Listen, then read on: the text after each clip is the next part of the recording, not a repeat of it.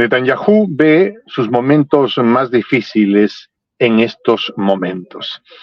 Después de tener que lidiar con una oposición al interior de su país, se encuentra que cada vez menos aquellos que se declararon sus amigos incondicionales están dispuestos a acompañarlo en una aventura terrestre, una aventura malvada terrestre en la Franja de Gaza. Se han reunido hace unos días atrás en Egipto líderes de Medio Oriente, poniendo en complicada la situación de el gobernante de Israel. Se suma a esto el hecho de que hace algunas horas atrás se liberaron a dos rehenes más. Una de ellas, una anciana de 85 años, que para muchos bien podría ser nominada a un premio Nobel de la Paz como mínimo. Hay quienes dicen eso. Fernando Moragón, uno de los analistas geopolíticos más importantes que tiene la prensa alternativa, está con nosotros. Fernando, hermano querido, gracias por estar con nosotros. Gracias a ti, Jota, por invitarme y siempre es un placer estar con vosotros. Impresiones del momento que acabo de comentar, mi querido amigo. Pues podríamos decir, si os acordáis todo, que además se basa en un hecho real, la película Apolo 13, que hizo Estados Unidos, donde en el momento que llevaba Apolo 13 tuvo una explosión y tal, y entonces la tripulación dijo, bueno, el comandante dijo, Houston, tenemos un problema. O sea, muy escueto, pero era un problema muy gordo. ¿No? De hecho, volverlos a traer a la Tierra y tal fue toda una odisea. De hecho, tratar la película y realmente fue un gran éxito el que pudieran volver los astronautas en la situación en la que quedó la nave espacial, la Apolo 13. Pues eso, podríamos decir que Netanyahu está ahora diciendo por todos los lados... Tel Aviv tenemos un problema, porque o Jerusalén tenemos un problema, y no muy gordo. Y es que, por un lado, su gran valedor, Estados Unidos, aunque tiene que salir diciendo que apoyamos a Israel, bueno, esto se da por hecho, por descontado, porque hay que salir, digamos, con la retórica del apoyo, y ha pedido en el famoso discurso a la nación de Joe Biden, ha pedido 100.000 millones y tal, y buena parte va a ir para Israel. Vale, esto se da por hecho, digamos, esto lo han hecho siempre. Pero por debajo de la mesa, digamos, bajo cuerda, le están diciendo, mira, vale, no entres por tierra, no entres con las tropas por tierra y conquistes Gaza, porque entonces la que se puede liar es espectacular.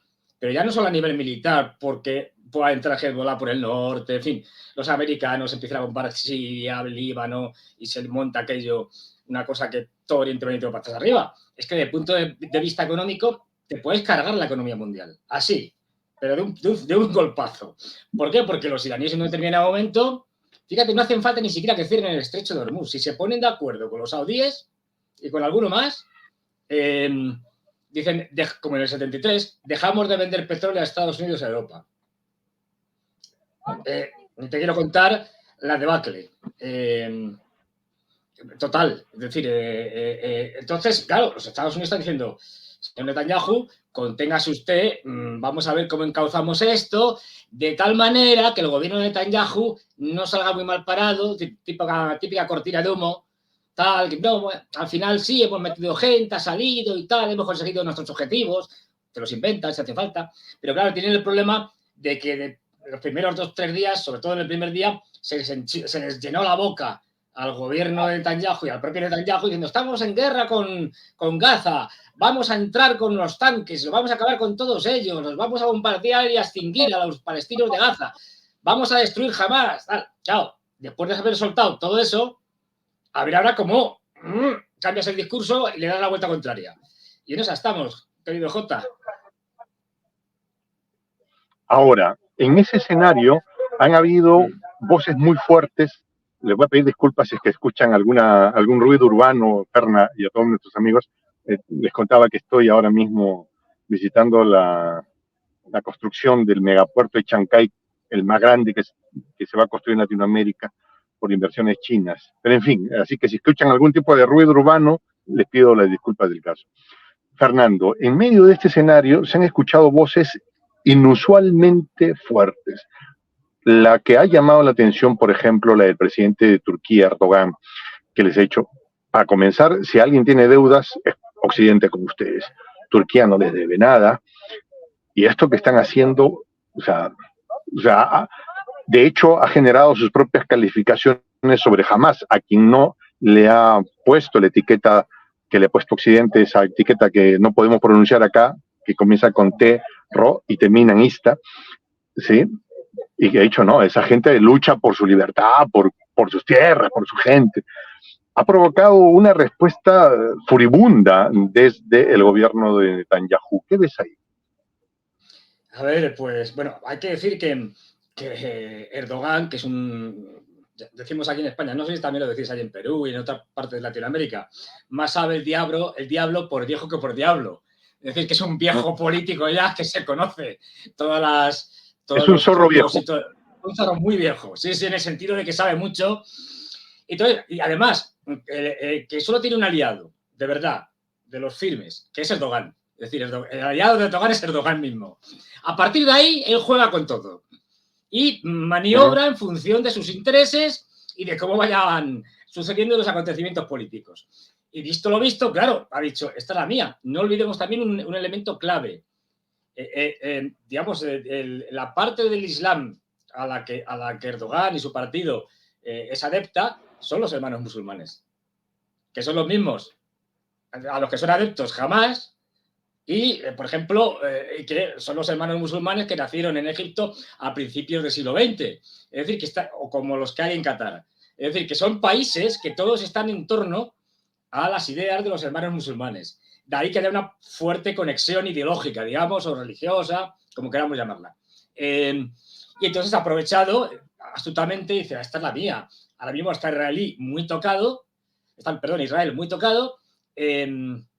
y el gobierno de Netanyahu ya, ni te cuento, vamos a meterle presión, a ver si hay suerte y revienta, y luego ya veremos por dónde salen las cosas, pero mejor que revienten el gobierno de Netanyahu que reviente Palestina o Israel o toda la región.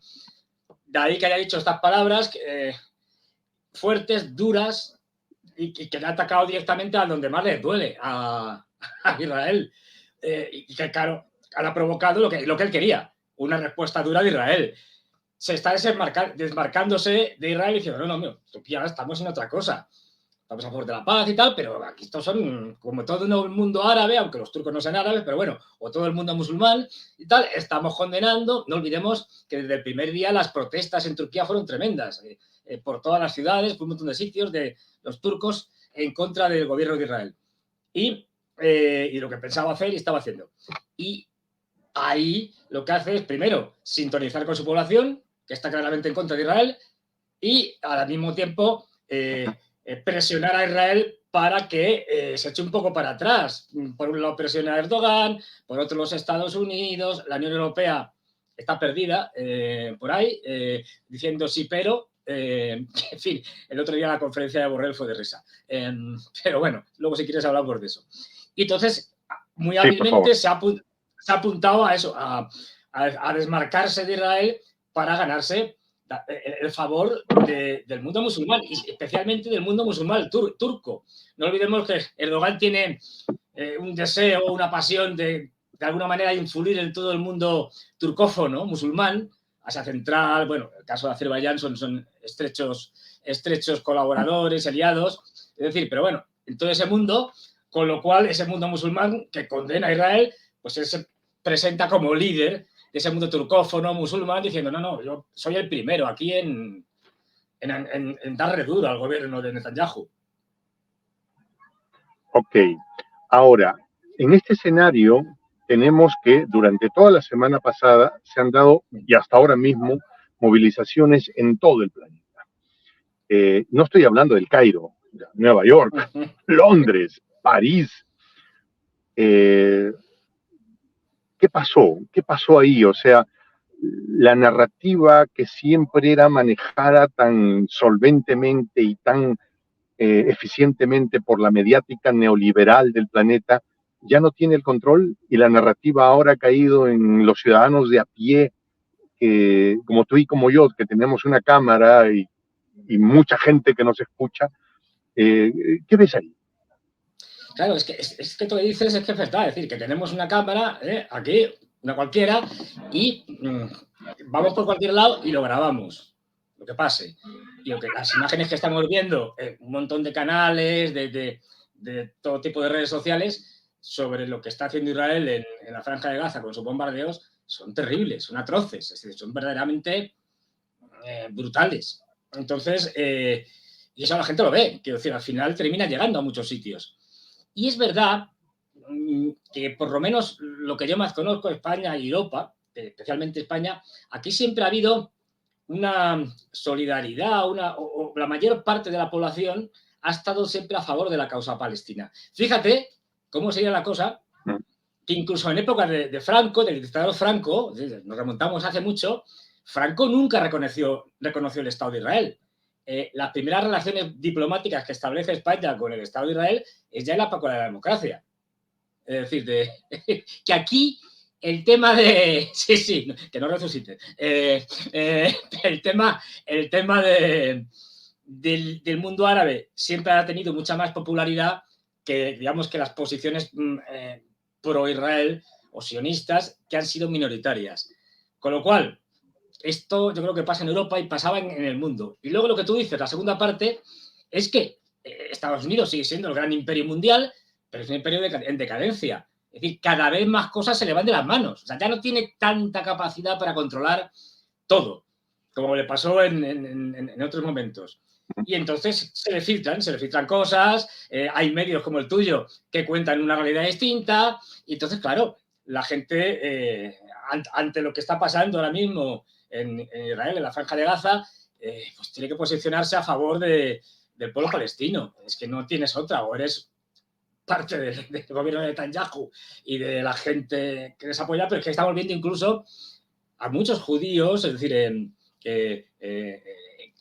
con de estos, es decir, rabinos, etcétera, que podríamos llamar entre comillas ortodoxos, vamos a poner muchas comillas, que se están manifestando en Estados Unidos, en otros sitios, diciendo, no, esto no tiene que ver nada con nosotros, esto es cosa del gobierno de Netanyahu, que nosotros incluso, como pasa con una parte de ellos, estamos en contra del Estado de Israel, de que Israel sea un Estado como tal. Entonces, querríamos un Estado palestino y punto. Quiero decir, o sea, que hasta ellos se están manifestando en multitud de sitios y ya digo, estamos viendo manifestaciones en todos los lados. Eso presiona a Estados Unidos, presiona a los europeos, porque saben, por desgracia, que el gobierno de Netanyahu puede llegar muy lejos haciendo barbaridades. Y claro, esto es una situación crítica. En este contexto, lo que en algún momento se denominó como el tercer mundo o los países en vía de desarrollo, nos lavaron un poquito la cara, ahora más bien el sur global comienza a tener su propia narrativa y hay presidentes o países que ahora tienen presidentes que tienen un liderazgo mucho más definido. Uno de ellos, Petro, que ha tenido la de pararse frente a la embajada y decirle, oye, un momentito, no me vas a decir tú lo que yo tenga que decir, porque yo me acuerdo muy bien de lo que hicieron los efectivos militares de Israel cuando se les trajo acá y vinculados con las Fuerzas Armadas de mi país, atrocidades. El que fue alguna vez comandante supremo de las Fuerzas Armadas, de la Fuerza de Defensa israelí, diciéndole al presidente Virgilio Barco, desaparece a todos estos de acá, ¿no? O sea, entonces, un Petro muy empoderado a quien le quisieron callar la boca o darle un jalón de orejas y un Petro con una respuesta tremenda. ¿Cómo ves ese elemento?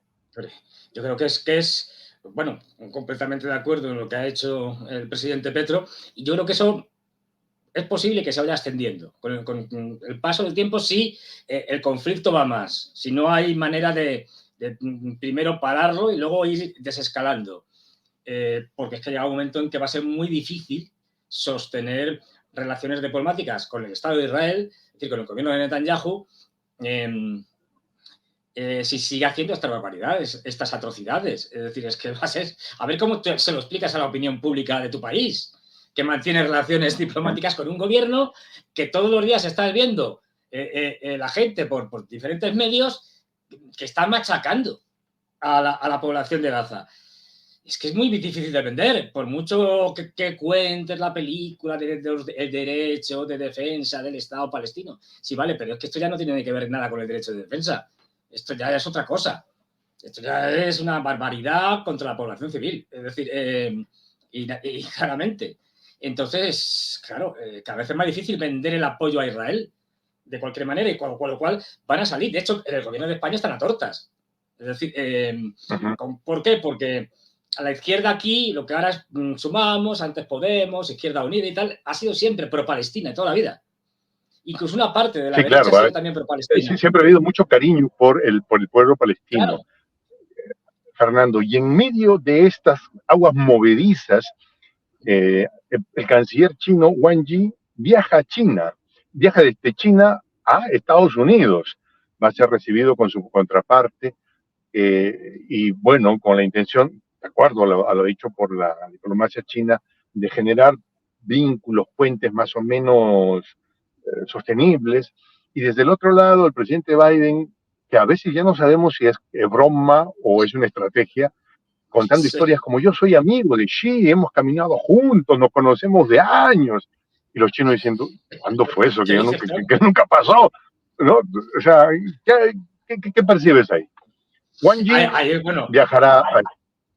Primero, como anécdota, que la habréis visto todos y tal, hay un momento cuando vuelve de Israel Joe Biden, que así como parece que lleva un chándal, una cosa, se lanza a hablar con los periodistas del avión, del Air Force One, y ves a todo su personal, a Blinken, tal, a Kirby, tal, alrededor, diciendo, uy, que la lía. Y entonces no saben cómo llevárselo. Entonces, ¿qué opina usted y tal? Pues sí, no sé qué, no sé cuántos. Bueno, que el presidente está muy cansado. Y el presidente se va diciendo, no, si yo sigo y tal, y nosotros con una cara de terror, pero tremenda, es decir, a ver qué va a soltar. Pues eso. ¿Qué es lo que pasa?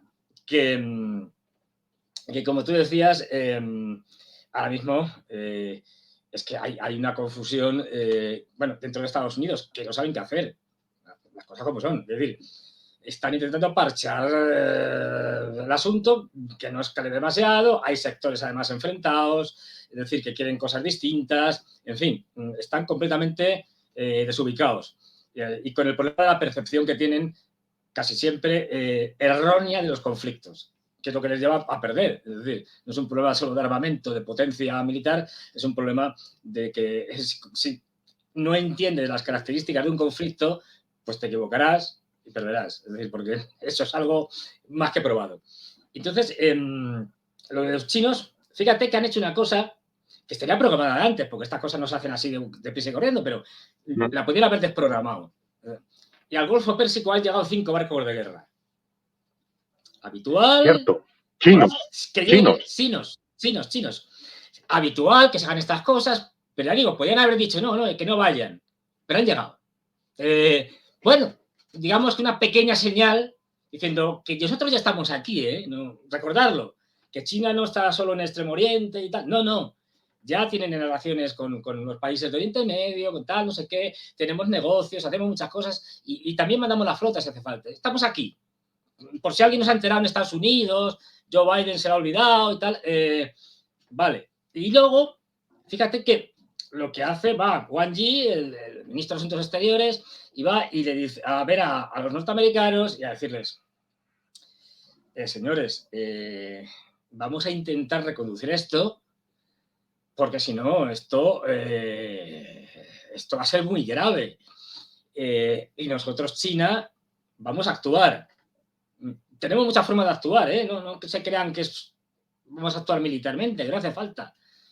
No olvidemos quién es China, la segunda economía mundial, el mayor comprador del mundo.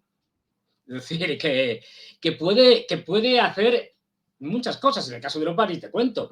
Somos absolutamente dependientes de los chinos. De hecho, les puedo decir, como ya lo ha hecho, es decir, a los norteamericanos y especialmente a los europeos que no tenemos nada, miren, en su lista que han proclamado ustedes en sus diferentes documentos de minerales estratégicos, que son necesarios, de unos 30, 40, 50, que he puesto una lista y que necesitan, y la mayor parte de ellos no los tienen, y en el caso de Europa ni uno, pues muchos de ellos los tenemos nosotros. Y algunos los tenemos en cantidades casi del 80-90%.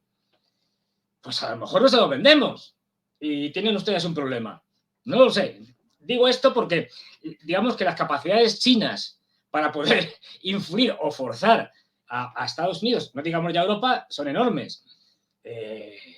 Ya digo, desde los minerales estratégicos hasta decirles a los europeos y a los norteamericanos, mira, Ahora, sobre pues esto hay una sí, vertiente que se va a complicar más para la contraparte estadounidense, que fueron los que estuvieron cargando con el tema de que China es un país que no respeta los derechos humanos y esto, y cuando llega Wang Yi a China, perdón, cuando Wang Yi sale de China y llega a los Estados Unidos, lo encuentra al señor Biden con las manos metidas en Gaza, donde la vulneración de los derechos humanos es sí. un espectáculo dantesco, o sea, absolutamente descolocado de lo que se supone es el mayor valor que tiene la democracia más importante del planeta.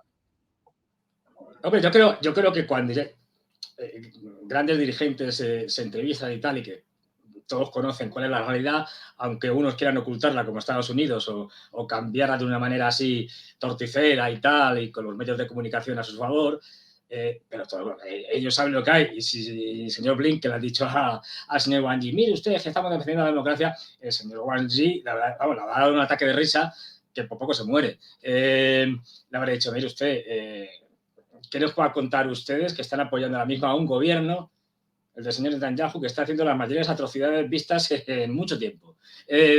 No nos cuentes historias, es decir, no, es decir, y ya sabemos que en Estados Unidos, de hecho, China publica todos los años ya una lista de vulneración de los derechos humanos de Estados Unidos en Estados Unidos.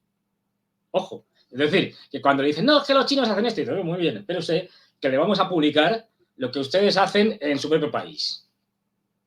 Es decir, o sea que ya el discurso este de que somos la democracia fundamental y que defendemos los derechos humanos y por eso hacemos esto y aquello y lo demás allá, Que esto son no los funciona. llamados a certificar la buena conducta del planeta.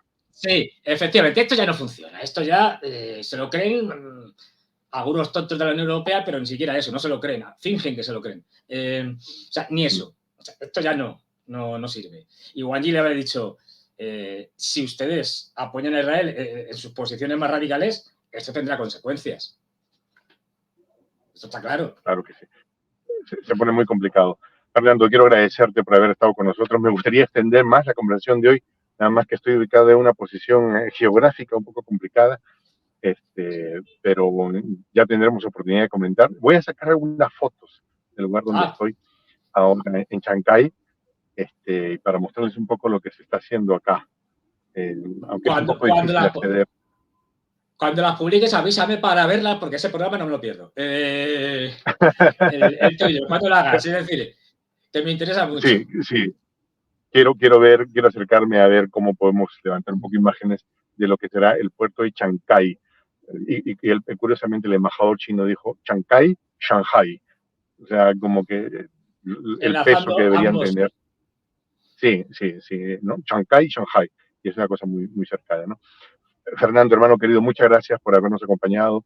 Siempre tú tan dispuesto a ilustrarnos con tu amplio conocimiento respecto a la geopolítica mundial. Muchas gracias.